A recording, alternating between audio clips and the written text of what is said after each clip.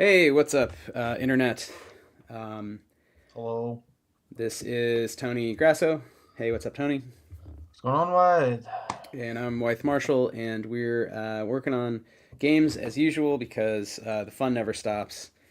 And the business of trying to make the fun the business also never stops. So we are happy that we just finished Danse Macabre, medieval horror role playing by Christopher Pickett and us.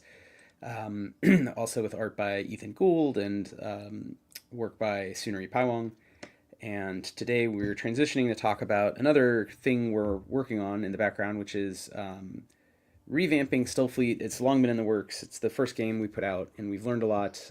Tony has joined the crew since, and we've talked a lot about sort of graphic design and look and feel and what makes different genres of science fiction kind of pop for different players, communicate different ideas about TTRPG science fictionality. So we thought we'd just hop on the stream and do another one of these live chats where it's mostly really Tony drawing cool stuff, and then we occasionally sort of talk about sci-fi and other topics. Tony, does that sound like the right intro to you? Yeah, no, that makes sense. We've we've kind of just begun some of the. I know that you've been conceptualizing like what SF2 might look like for a while. Um, Probably not too long after like the CRB was released, there was already kind of like, well, we could have done this a little bit different. Maybe I would want to change this. I think that's the way that most artistry goes. But from the artistic or from the visual side of everything, we've kind of just started diving into how we want to make some changes, I think, to the way SF2 looks and kind of feels. I guess in comparison to the CRB, the core rulebook as it stands, SF1, but then also things that we want to carry over, things that aren't really going to change.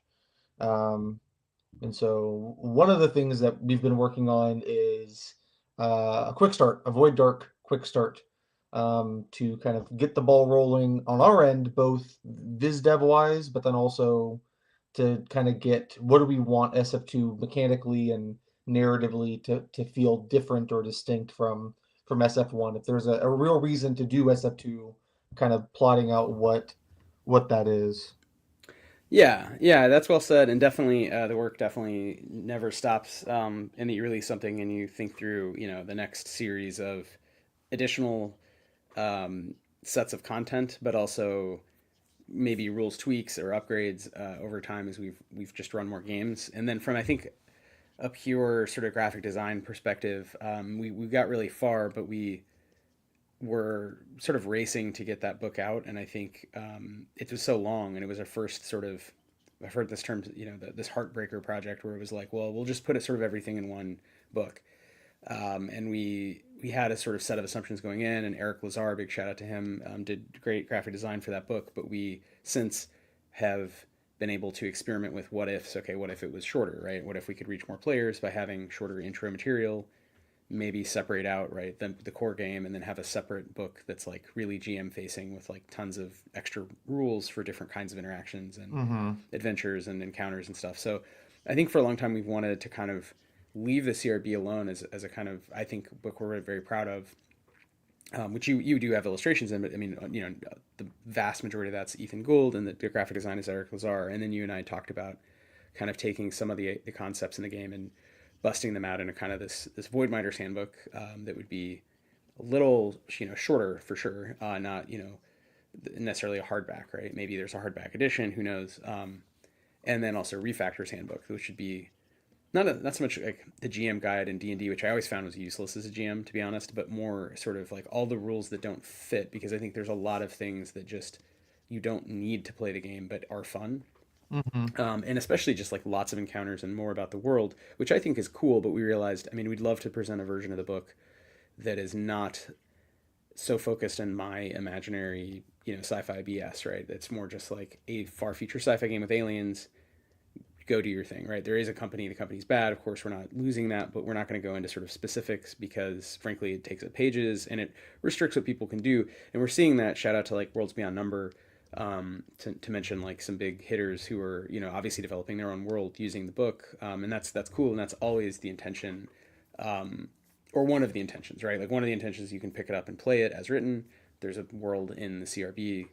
The other intention being you can just use the rules, the design elements, and make up your own thing. So I Hmm. think it's fun to kind of experiment with that. And since we haven't pre-committed to this, we haven't told everyone, oh, there's a Kickstarter and there's a date, right? It's just, hey, what would this book even be?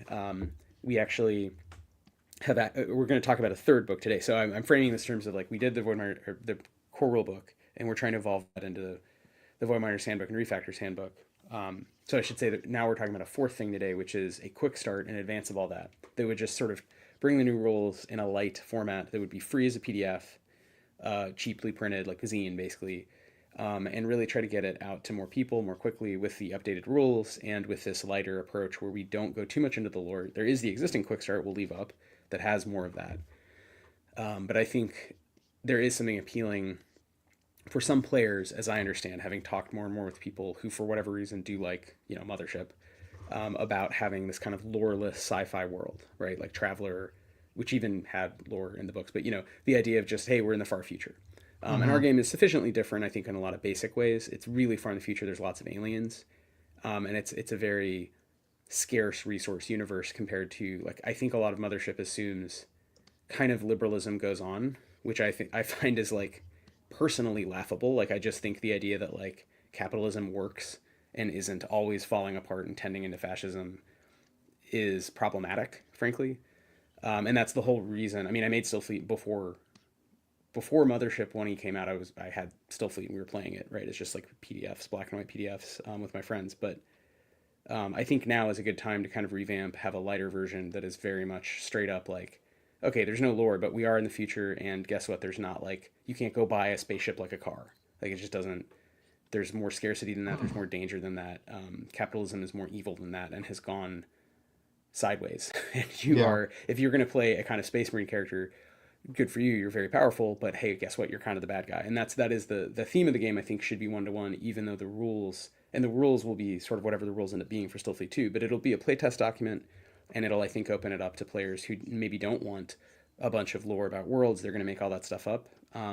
Totally makes sense. So I think this kind of challenge came out of some discussions with Christopher Pickett. Shout out to them, designer of Danse Macabre, who had noted that that's what a lot of GMs might want in the sort of OSR SF tradition, is just a black and white thing that says, here's the rules. And they'll make up their own world. I thought, that's a cool challenge, right? That's very fair. I like that. I'd make up my own world too. So let's give it to them. Do you know what I mean?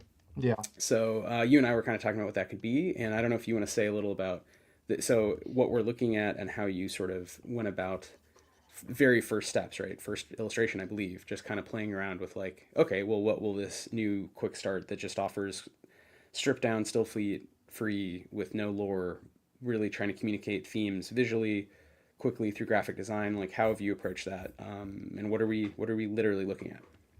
Yeah. So right now I'm working on kind of a runner and gunner weapon. One of the I think for me one of the staple parts of Stillfleet as a world. So I think even though we're trying to stay away from SF2, or at the very least, not SF2, but the Void Dark, the Quick Start, kind of being largely loreless, I think that there is a certain amount of Stillfleet, I don't know, quality, or something that we want to instill in it so it still feels Stillfletian. And that being that you can play as a big like praying mantis alien, and that is really really rad. So I thought that that would be a cool, also interesting figure on the front. We wanted to kind of pull on the trope of a big black and white cover, and um, a lot of that is usually just like a human guy in a spacesuit, and so I kind of wanted to take that and just add the multi-armed kind of funky silhouette. I wanted to add a lot of dynamism to the pose and to the cover. Um, a lot of Stillfleet does revolve around um, some of the politicking, but then a lot of it is just shooting at aliens or running around dead spaceships. Um, and so we've talked a little bit about finding ways to do both of those, I guess, ideas conceptually across different covers or um, different products moving forward, not having all of it, because the game isn't all about combat, and I think some of the parts that people remember most usually aren't um, big combat moments for Stillfleet.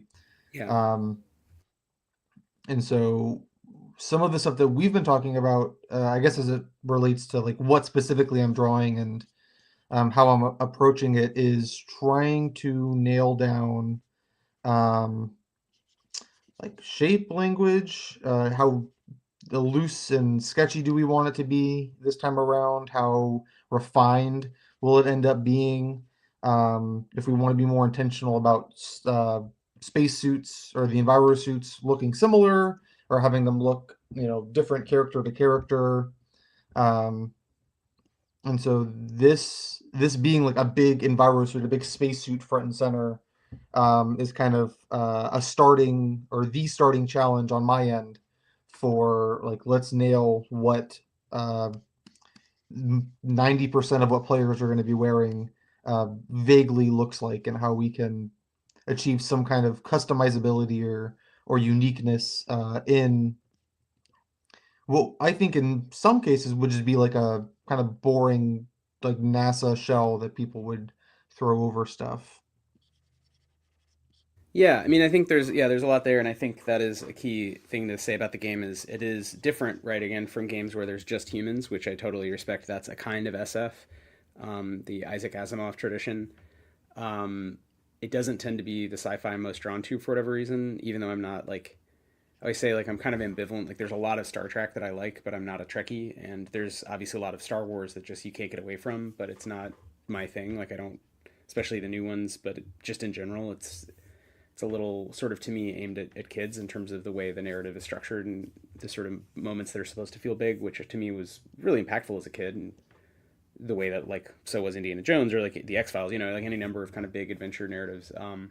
But as an adult, it's not something I like dwell on in terms of what ifs and like my place in the world and the universe. So it's weird because I do like a lot of high alien density, like weird looking SF. But the tradition that really speaks to me tends to be more hard SF, and mostly like sort of feminist SF and sort of leftist work. Even though a lot of that tends to be sort of mostly human. If you're looking at Ursula K. Le Guin or Kim Stanley Robinson or Sam Delaney or someone like that. So we're sort of mashing up a bunch of stuff. The biopunk element, the fact there's like big bugs, there's a lot of fungal things, things are grown instead of built. We definitely want that to shine through because that's core to the way the game is written top to bottom. But I think one of the challenges with SF2 is having, at least in the main book, which doesn't even exist yet, and certainly in this light quick start, just the ability to sort of not say those things out loud and try to display them through the art.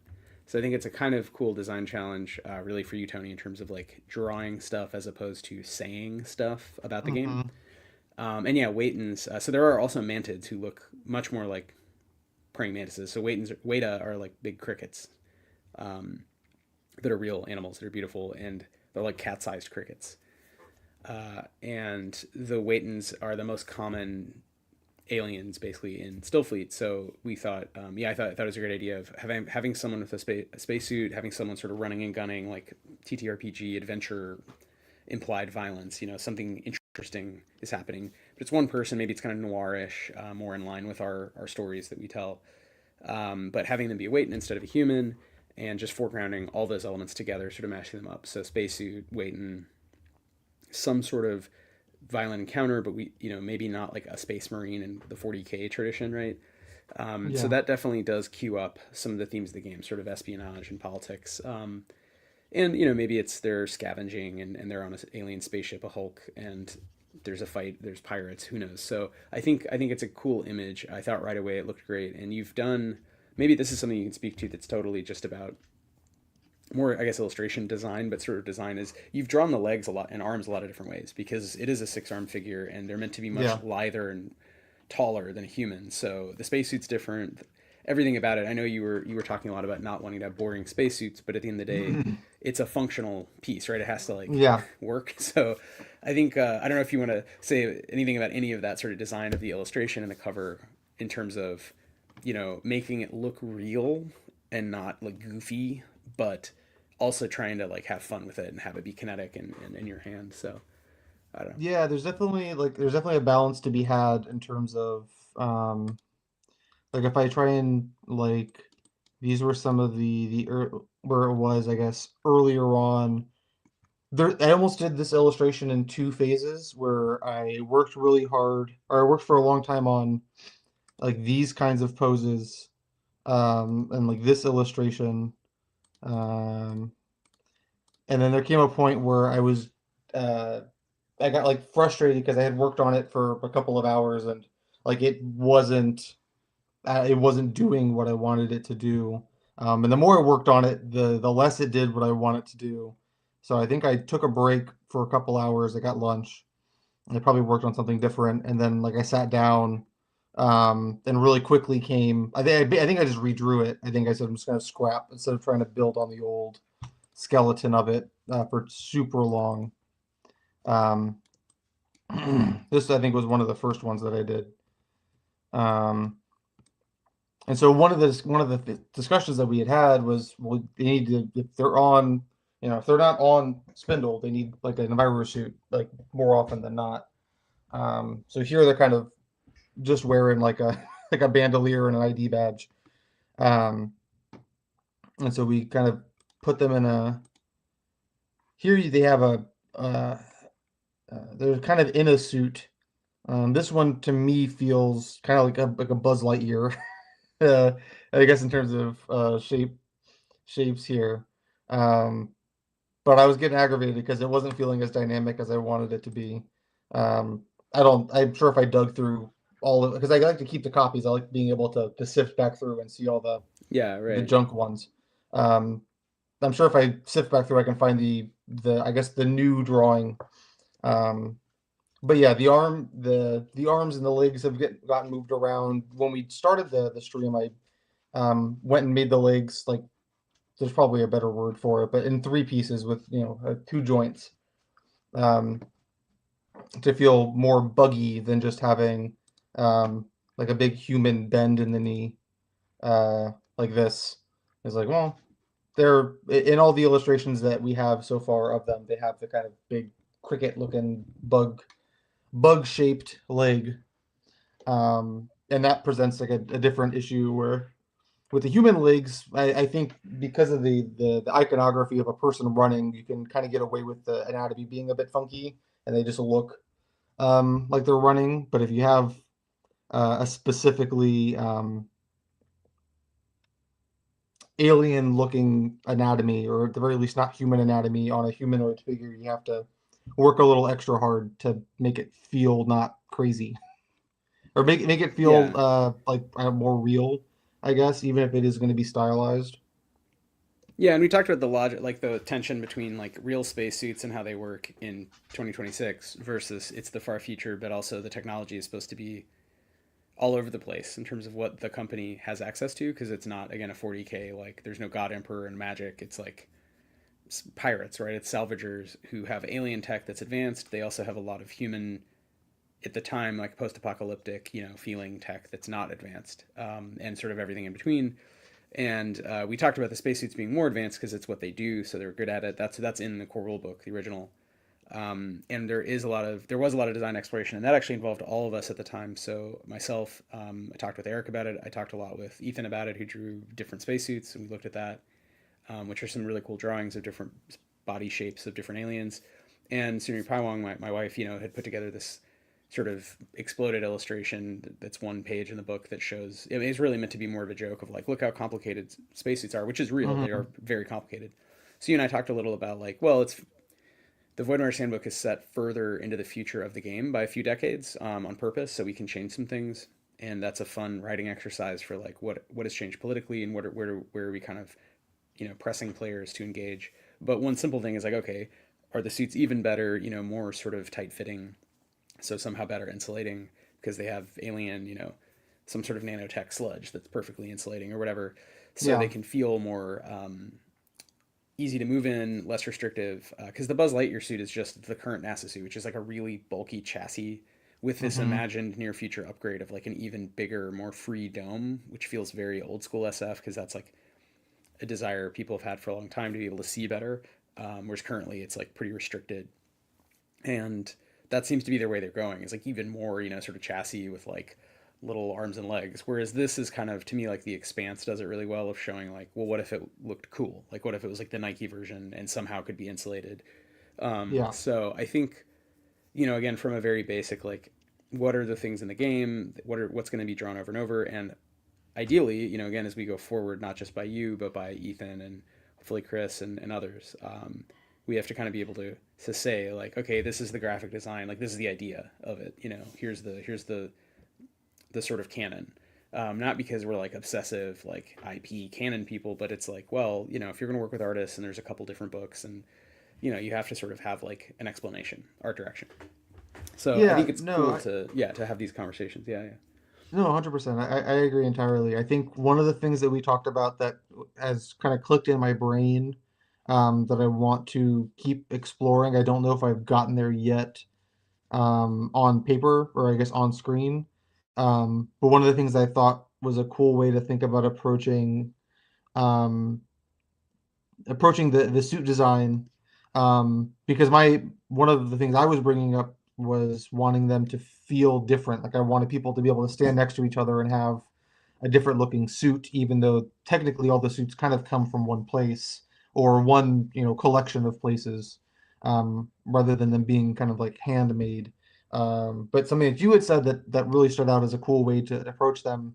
We ended up talking about uh, Game of Thrones, or at the very least, a Knight of the Seven Kingdoms, and how even though they're all wearing armor, they all have like a distinct look. They have kind of the same general pieces of armor, but I think in that show specifically, they do a good job of having everybody's armor kind of speak to their character, or speak to, or just at the very least have them stand out. But they all read as armor, and I think we can fall somewhere, uh, maybe not so far in the direction of all the armor looks entirely different. Um, but we were talking about trying to find ways that people could individualize or make their specific suit. Um, like the Baratheon helmet had the big antlers, or something that you had brought up. I was like, yep, that stands out, but it's still like a helmet. It's still part of, Yeah. uh, you know, what would generally be on most other people's get ups. Right. Yeah, I think that idea. I think you mentioned first, like, well, what are the things they do or can personalize about the suit, or is it that the company is very strict? Because in the original drawings, and I'd said, Ethan and I talked a lot about the suits and the different body plans, but not about personalization. So that was an Hmm. interesting question of like, yeah, can they be different colors or have different? We know that stickers, patches, like those are things we definitely I think want. But how far beyond that structurally, how different are they? And we know there's different pieces. Like even again in the original book, they list lots of optional modules, so sort of extra O2 or something, but it's not mechanicalized. It's not really something I ever as a GM keep track of because usually the parts in a zero G, zero Atmo environment are like kind of minimal in terms of like they might eat up a whole 2 hour game, but like then the characters at the beginning and the end are in Atmo. They're on Spindle or somewhere else. So it usually doesn't matter that it's like, well, you only have 12 hours or 24 hours of Atmo. Hmm. So I think it's kind of a question of like matching game design goals with graphic design and illustration goals. So it was a cool conversation because yeah, we ended up talking about like the way big truckers like personalize big rigs Hmm. and just generally like cars and other technical apparatus where like Ford isn't going to ship a giant truck with like lots of weird LEDs and like little bells and stuffed animals, but those things are strapped on trucks all over the world, and you can Google it and find all Yeah. these examples of different cultures and different countries of big riggers like personalizing their trucks. And these are like serious people who work long hours with technical, heavy, dangerous, basically things, but because of that, they take some pride. They personalize it. So in the U.S., that's less of a thing with Mack trucks, but I feel like it was a good analogy for me. In addition to sort of we were talking about Game of Thrones, and I think both just watched that show where you see okay, then the armor is basically the same armor they all have, and then they're just getting different like frilly pieces on the helmets. But it's different enough that it really makes people stand out. You know who they are. So maybe Void Miners, we push in that direction. And how do we encourage players to do that? Maybe it is mechanicalized. Maybe it is just like a list of random flavor. It's short sort of OSR style lists. Those appeal to me as a writer, but in terms of art, yeah, we have to also account for that visually. So I guess this is the first illustration, and we'll see hopefully at least a couple more in this book, where there's different suits that look different. There's different characters who've sort of personalized their job as essentially kind of a space marine for an evil company. They're quietly quitting or whatever, but they come in with this identity, right? Yeah. So yeah, I don't know if you want to say more about sort of graphic design choices or thoughts more widely than this illustration for the cover, but kind of where you're going with trying to keep it zany, but there are core concepts that we want to show off, and if you have anything you want to share there or speak to. No, well, we haven't. I've done some stuff on the interior. I think one of the things that I want to achieve graphically with SF2 is for it to feel clean and interesting. And then given some of the conversation we had last about doing some like zinier, punkier, like literal zine, like punkier pages for like different parts of the book graphically, and then having those juxtapose the company's like actual like tax forms and kind of severance style like propaganda workplace like graphic design, and then how that'll all kind of collide with the actual game text, and having that be, I guess, kind of a third or a 2.5 version of the graphics. I think I've definitely gone more angular than I normally do stuff. For BC, there's a lot more rounded. For Blister Critters, there's a lot more rounded edges in terms of the graphic design and the font choices, and I would say that sci-fi is not outside the realm of what I do, but like the more geometric realm isn't usually where I like rest, I guess. Like it's not what comes most naturally, so it's been fun to try and build those muscles. I can pull up some of the layout stuff that doesn't really have any text on it, but it's been kind of what we've been sharing back and forth, or what I've been sharing to the team of like, here are some of the kind of graphical elements I've been Yeah, messing with, like the big mesh designs, I guess. yeah, we sort of started there, just like very basic elements, and how to show off different kinds of sci-fi, because again, we want to own this kind of biopunk and hard SF world with sort of serious politics, but the game is goofy satire, so there's a real tension built into like the game at a basic level, which actually is probably closest to like Warhammer 40k, which obviously is using a different kind of regime of like technical stuff. Like it's, I don't know how to say it, tank core, like sort of heavy looking. Everything's really heavy and thick and medieval, um, and we're really focused on sort of high design biotech stuff. But then both games are ultimately about, well, the main characters are the bad guys, and then what's lost in their case is Games Workshop just gave up on the satire completely, whereas we're like doubling down. Like I think the new version is going to be much more obviously satire, and a little Yeah. less like, I mean, I think people generally get that the company's bad, that's not like a huge issue, but just kind of really summarizing that more quickly, I think, so that's right. It's less dependent on lore. You don't have to read all the lore to get why the company's bad or what that means. It's just sort of, bullet pointed. These are really cool. I don't think I've seen these. I don't know what these are, but that's really fucking cool looking. So I don't know, Tony, do you want to walk us through sort of some of the graphic design exploration that you started?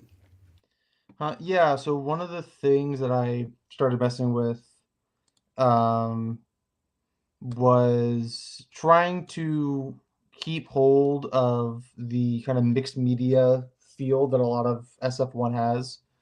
So not having things be super refined, but maybe just uh, like uh, like when they zoom in on CSI and like it's an impossible, like just kind of running like a added greebles, added some details over top of kind of the existing, um, I think, expected bits.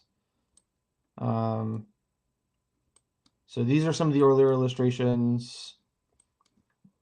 that I was doing, trying to keep kind of a loose and dynamic feel to everything. What else is in here? I have I have to clean up my documents for my sketch documents. If I don't know if you can read them from the video, but this one's called Even More Layout Tests. This one's called More Sketching, and this one's called More Sketches. Yeah, those Uh, might need a little bit more memorable names. Probably, but they're not right now. They're not going towards anything specifically. They are just messing with the shapes. So one of the things I found that was fun to mess with was um, rendering out these like 3D meshes, which you can make 3D meshes just on your iPhone. Go outside and take a scan of like a cinder block, which is literally what I did. Um, and I've also been scanning in an engineering textbook that I got at a thrift store like a couple years ago. I'm not interested in engineering, but there's plenty of cool sci-fi shapes and little bits that you can kind of just scan in, and it does a lot of the sci-fi geometry for you. Um, but the biggest thing that I've been doing um, is the 3D meshes. Maybe I can just pull those in specifically.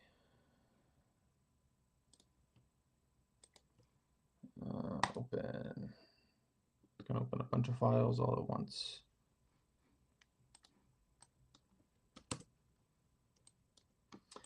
So, like, essentially, this is one big 3D mesh that I've taken a render of, and then for various parts of the layout, I just kind of zoom in and find a cool place in the various 3D software that I use. I can like reposition the mesh so that it kind of gets into an angle that I think is interesting. But you get a lot of these really cool shapes if you kind of deep fry the mesh a little bit. If you run it through a couple of different filters to screw with the geometry so it's not super smooth, you can get these really cool jagged abstract like waves, I guess. So I've been taking things like these, finding a nice portion of them, and then slamming them into various parts of layout design, like this one, or like my computer doesn't like having all of these open.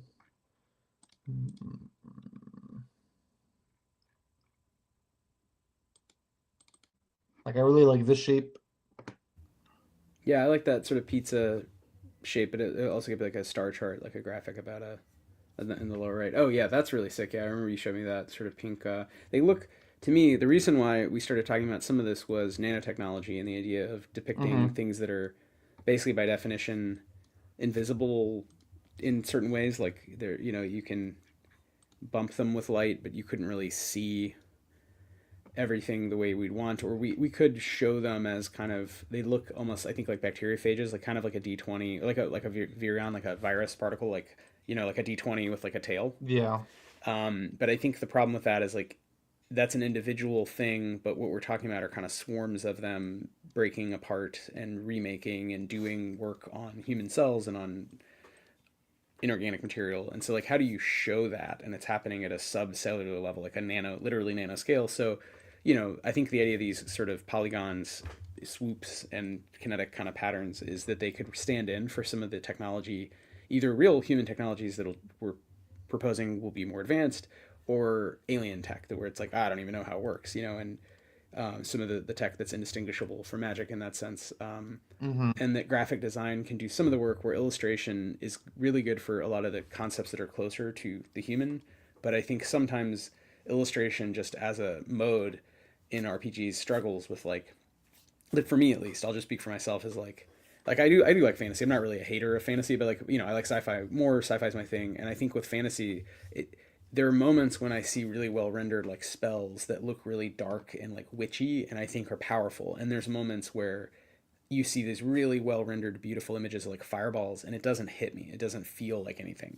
So I think that's one of the graphic design challenges I think for us to worry about is like we could do well rendered sci-fi art that just feels like every other sci-fi thing you've ever seen, but it doesn't really communicate the emotion. It doesn't really tell you anything about the world.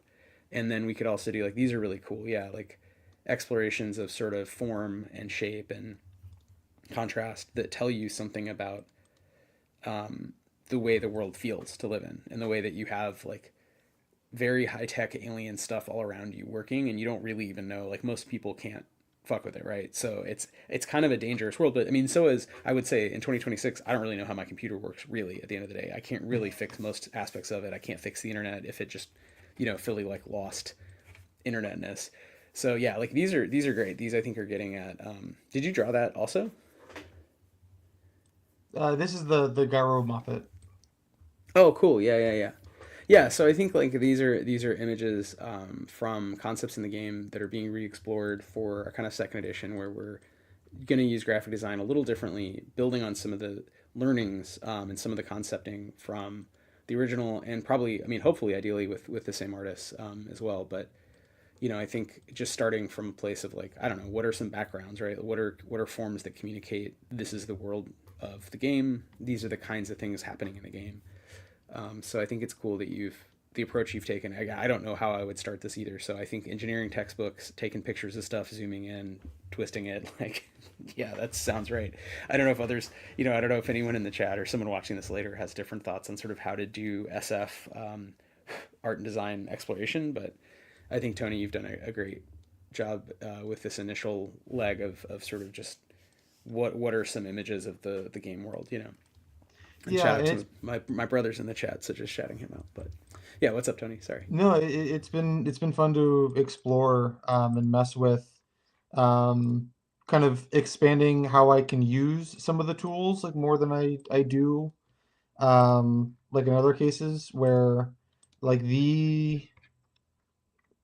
where were they? These things, these like big 3D. These ones are like they don't have like the meshes on them necessarily. Um, but these like renders are something that I just made in Illustrator that I think anybody can just make in Illustrator, where the Illustrator has this newish tool where you can essentially I just took this, which is just a bunch of scribbles, doesn't do anything. Um, or doesn't look like a whole lot of anything, and you take it into Illustrator and it gives you a bunch of buttons to essentially make it 3D and then like spin it around itself. So you just get these big like disc spirally shapes, and then it lets you just push them out into a render like this, or I can take it into different programs and then give it the mesh, which is what the other stuff that we've been looking at. So a lot of what I've been messing with is either a scan of like a cinder block outside, or I think even this might be one of the kind of spirally bits that I built in Illustrator. So it's just been, for me, it's been a fun exploration of um, kind of finding new and abstract ways to use the tools that I'm always using, but like not in this way, I guess necessarily.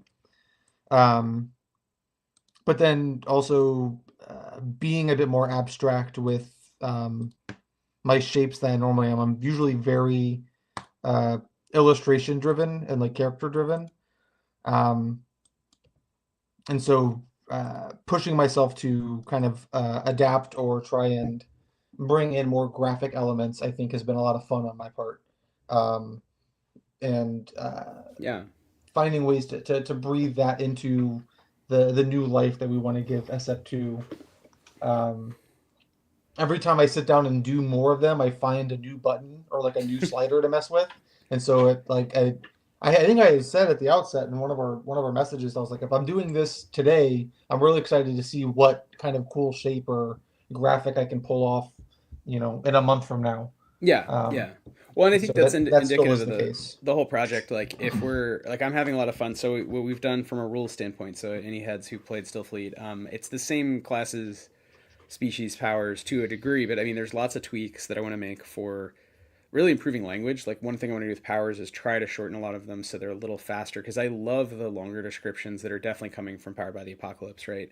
In the original book, but they are longer. They just take longer to read. So for new players, and if you already also if you know the game well, they're kind of not that useful. They're most useful for like the first time you're reading, if you're the kind of player or GM who likes to read every single word of a RPG book.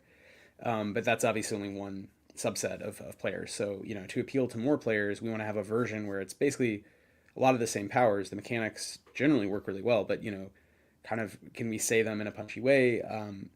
And I think the art and design, similarly, we love a lot of the art from the original. Again, we want to work more with Ethan and Chris, and hopefully maybe Amanda Lee Frank. I don't know. We'd have to go back to her. I think Tony, you and I brought up some other artists that we admire who we'd love to reach out to and just be like, hey, we like your work. Some of that is dependent on budget and scope.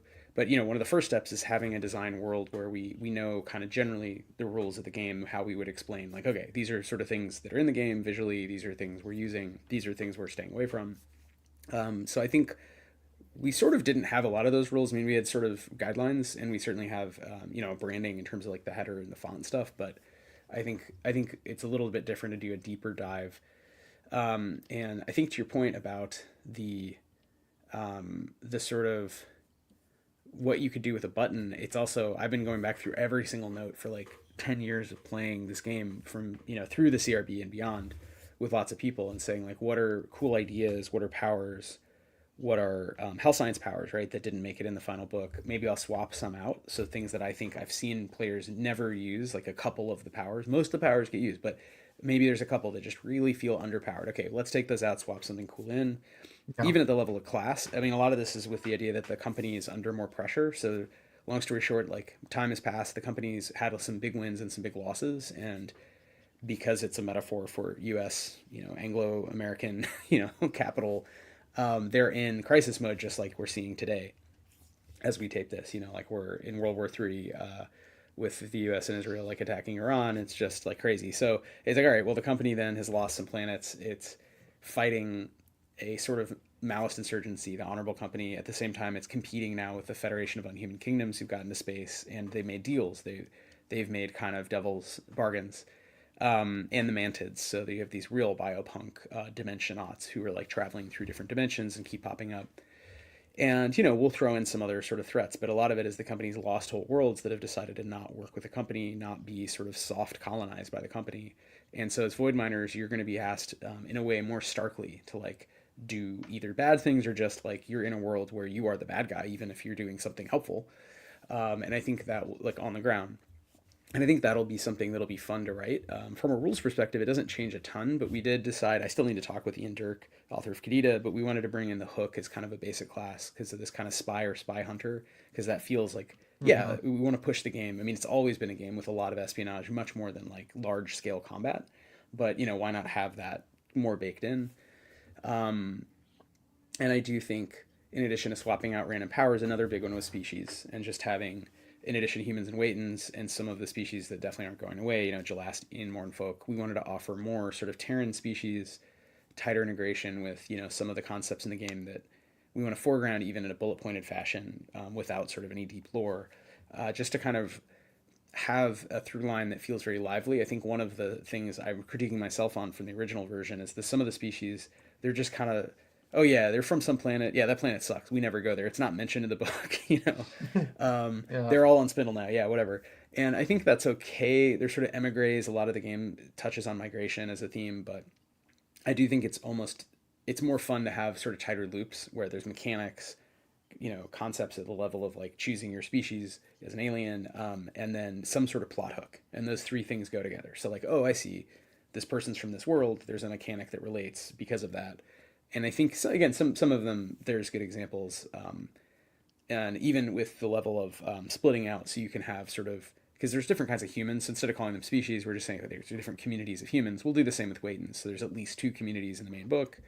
I think on this quick start, we'll only have 1 community from each species, except humans. There'll be a bunch of kinds of, humans from different worlds, basically.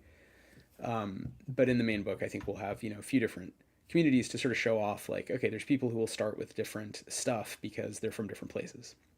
So these are simple changes, and if you've played the game, nothing I'm saying is, I think, upending your experience. It would enable us to actually have two different timelines at least. Kadita is actually in the middle, so it's sort of three, right? The CRB, Kadita, and the Void Miner's Handbook. I don't know how much we're going to support that or like do time travel narratives. That would be like a later, even more complicated thing. But just to bring it back to this design exploration, even for just we're pushing it forward a few decades and tweaking a few rules, that does mean scope wise, we have to decide what we're changing visually or not, graphically or not, and go back and say, okay, when we do product design, when we do decide on the books, how many illustrations do we need, and what like say are the rules, how big are they?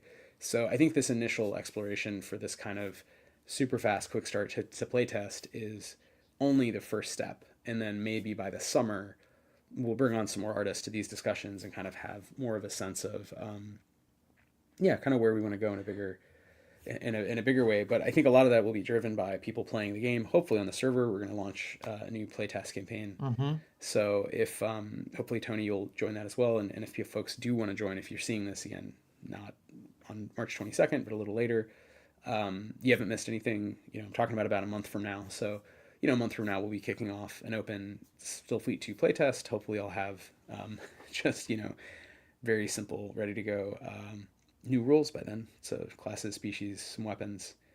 And it will be similar to the existing game, but I am looking for feedback and thoughts on kind of the core concepts and the ways to tighten the whole narrative structure of like, you are kind of more powerful than I think in a game like Mothership. I mean, it's closer, I think, to like Offworlders or Orbital Blues. Like you have an interesting story, but the story is bound by capitalism at the end of the day, right? It is the company's story as well, and you're participating in that, and you have to decide what to do. So do we want, to mechanicalize factions? That's something that's always been on my mind. I've always been working on. Definitely people seem to want rules for mechs, spaceships, so we're going to try to play test those. So again, if you're excited about these things, come bug me about what you want to see, and we'll make it happen. Tony, I don't know if you want input on art, but art or graphic design, I should say. But that's another maybe discussion to be had, right? Is with more people, what do they want to see? What do they want to have drawn in the book? Oh, 100%. That'd be super valuable. Yeah, as much as people, I feel the same for most of the games. Like, what do people want to see? I can draw this guy a million times. Be like, well, we know what a big bug looks like. We don't know what this specific kind of power looks like when it's activated. Like, all right, well, like that might be more useful, or more drawings of like rocks or landscapes, or different alien cities, and that they're not on spin, I guess. That kind of thing. So yes, as often as people are like, I don't know what this looks like, it's probably a good opportunity for us to either describe it in text, or if we have the space and the time, just draw it, just do it.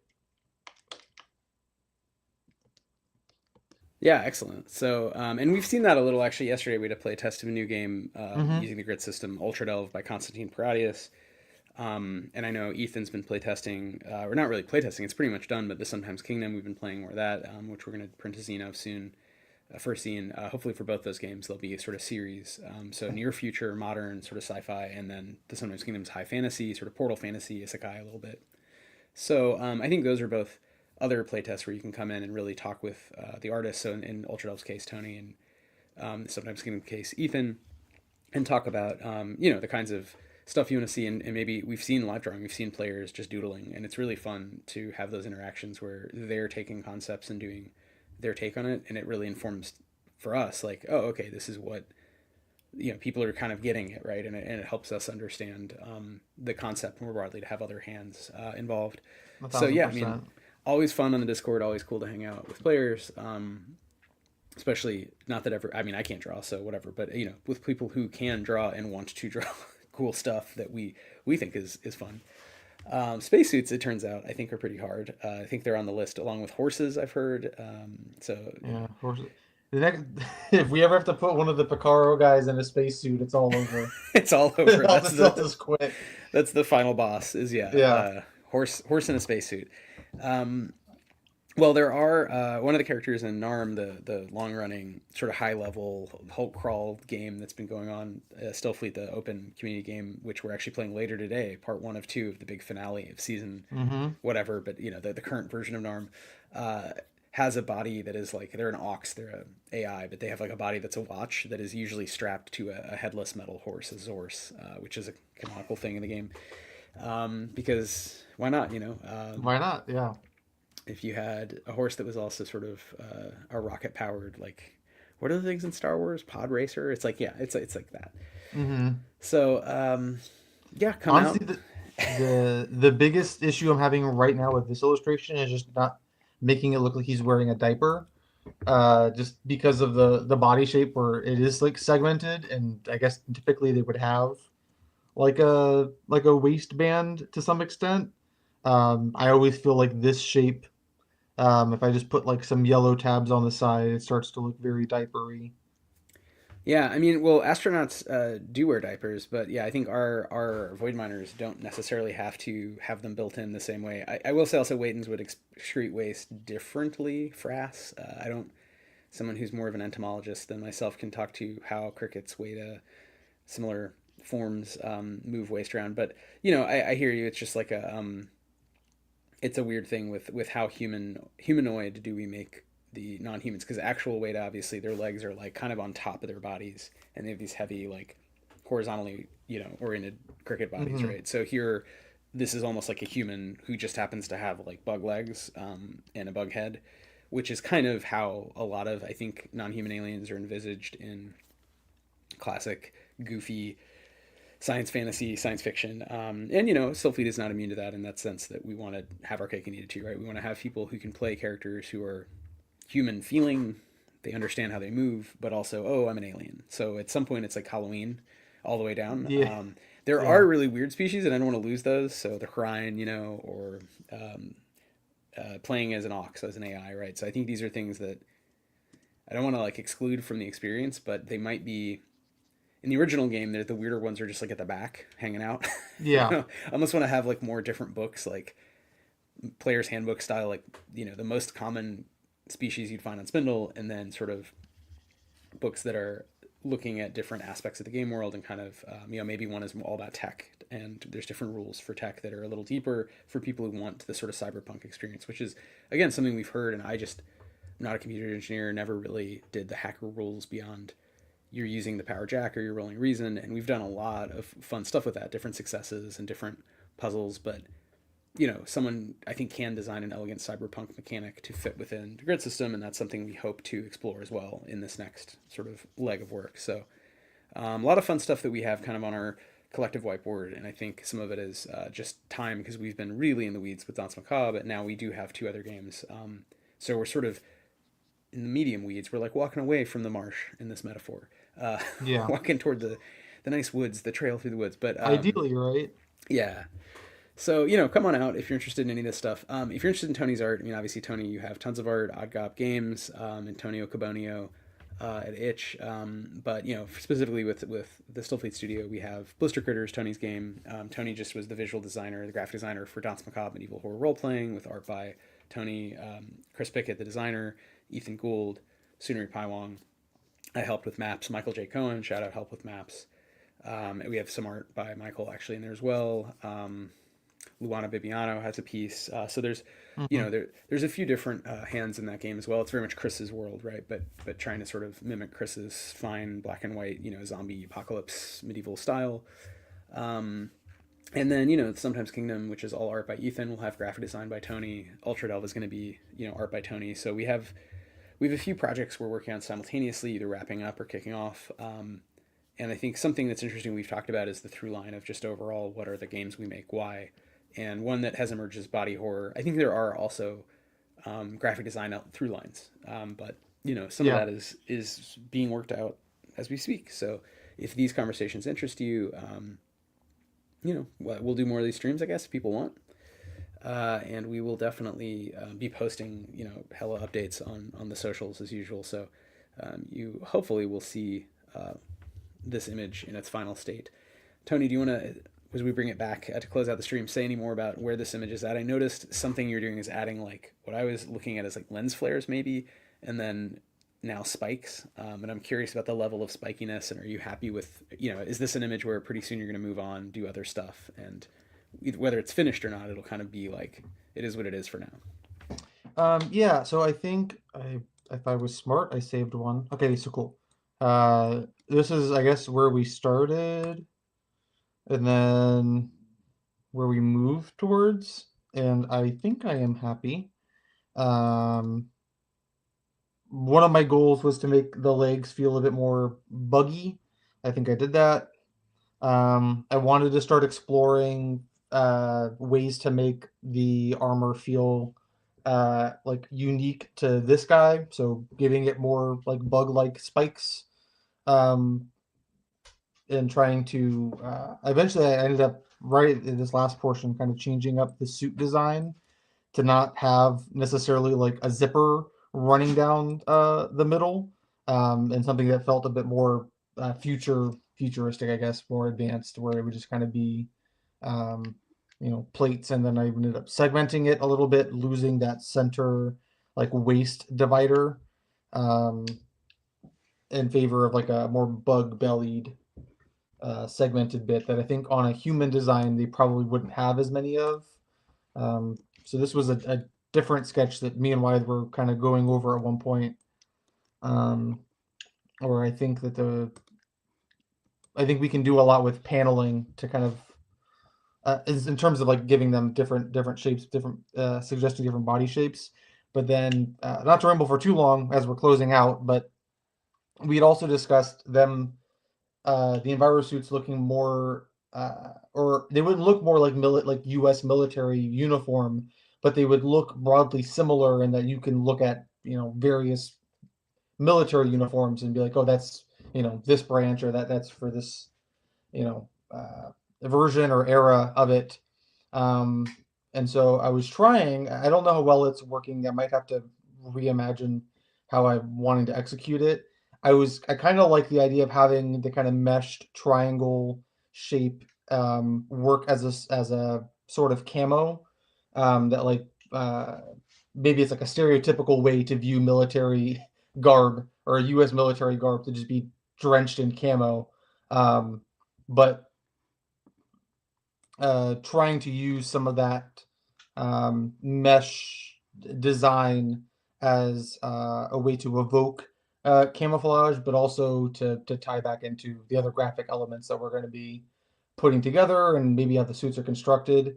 I think it ends up making it feel a little bit Spider-Man-y, a little too funky, at least in this iteration. I think there's ways to make it work.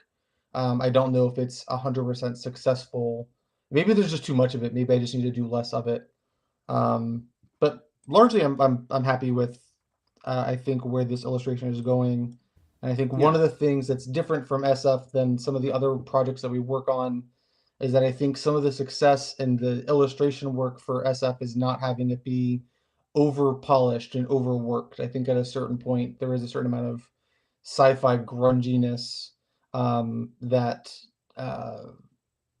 probably should be maintained.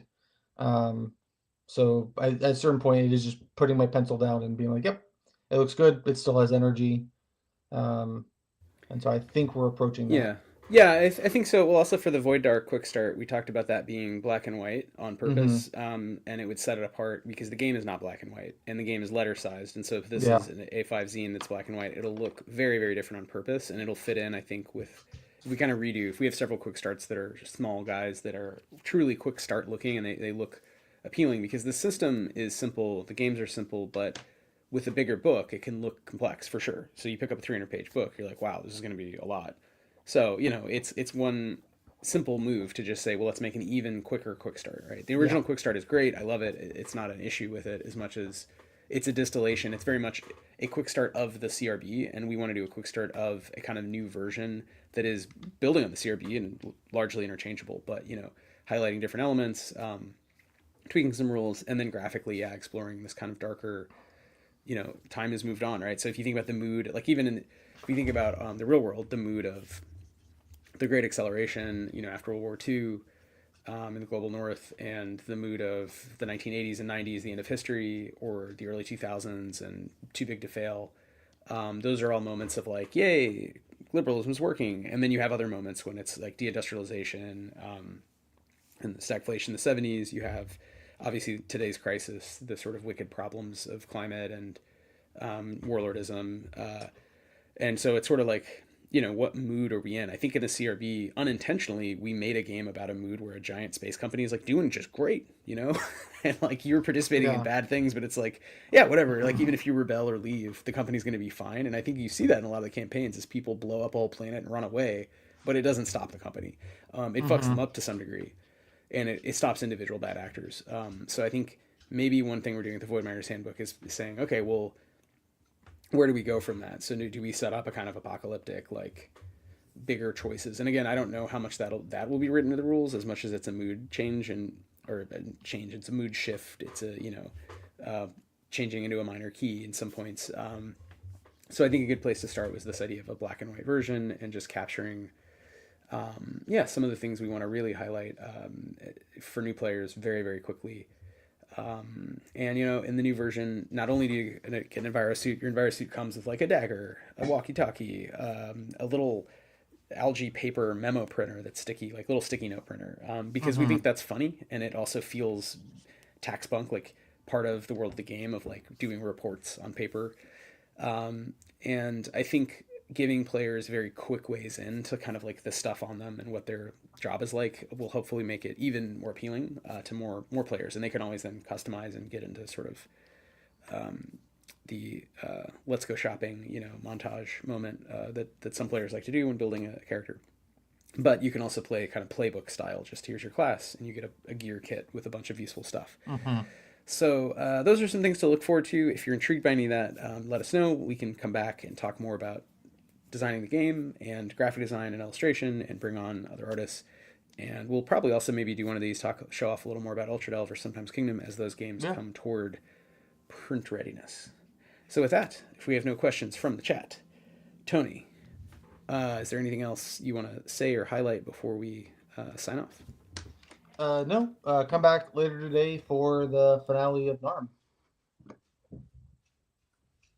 That's a very good reminder. Yeah, in just a couple hours, so at 2 p.m. Eastern Daylight, we will be running part one of our two-part finale. So this weekend, next weekend of NARM, the ongoing Ultra Structure Hulk Crawl campaign for Stillfleet. It's been open. It's been sort of West Marches, but it's definitely grown. People have leveled up a lot. And that will be a fun one. It's very much player driven and GM driven, and not just by me, but by Jesse King, who also sort of authored a lot of this content, Ryan O'Connor, but now Jennifer Monken and a whole bunch of other folks have really added a lot as players, and we do have 4 GMs. So it is not Yeah. the case that all of us will be talking a lot. We'll be just swapping in and out depending on sort of, we're calling it zone GMing, depending on what players do. But we do have sort of big cosmic level threats in this giant structure the players find themselves in. So we're curious to find out kind of how it all ends, at least in this current form. And we're going to bring it back. It's spoiler. It's not going to end, but it will change a lot. We're gonna blow some stuff up. So thanks to Joe Grasso for an offer of reptile skin and scale textures. Thanks to anyone who's watching this now or in the future. And with that, we're going to sign off. Have a great Sunday, and hopefully see you all in future streams.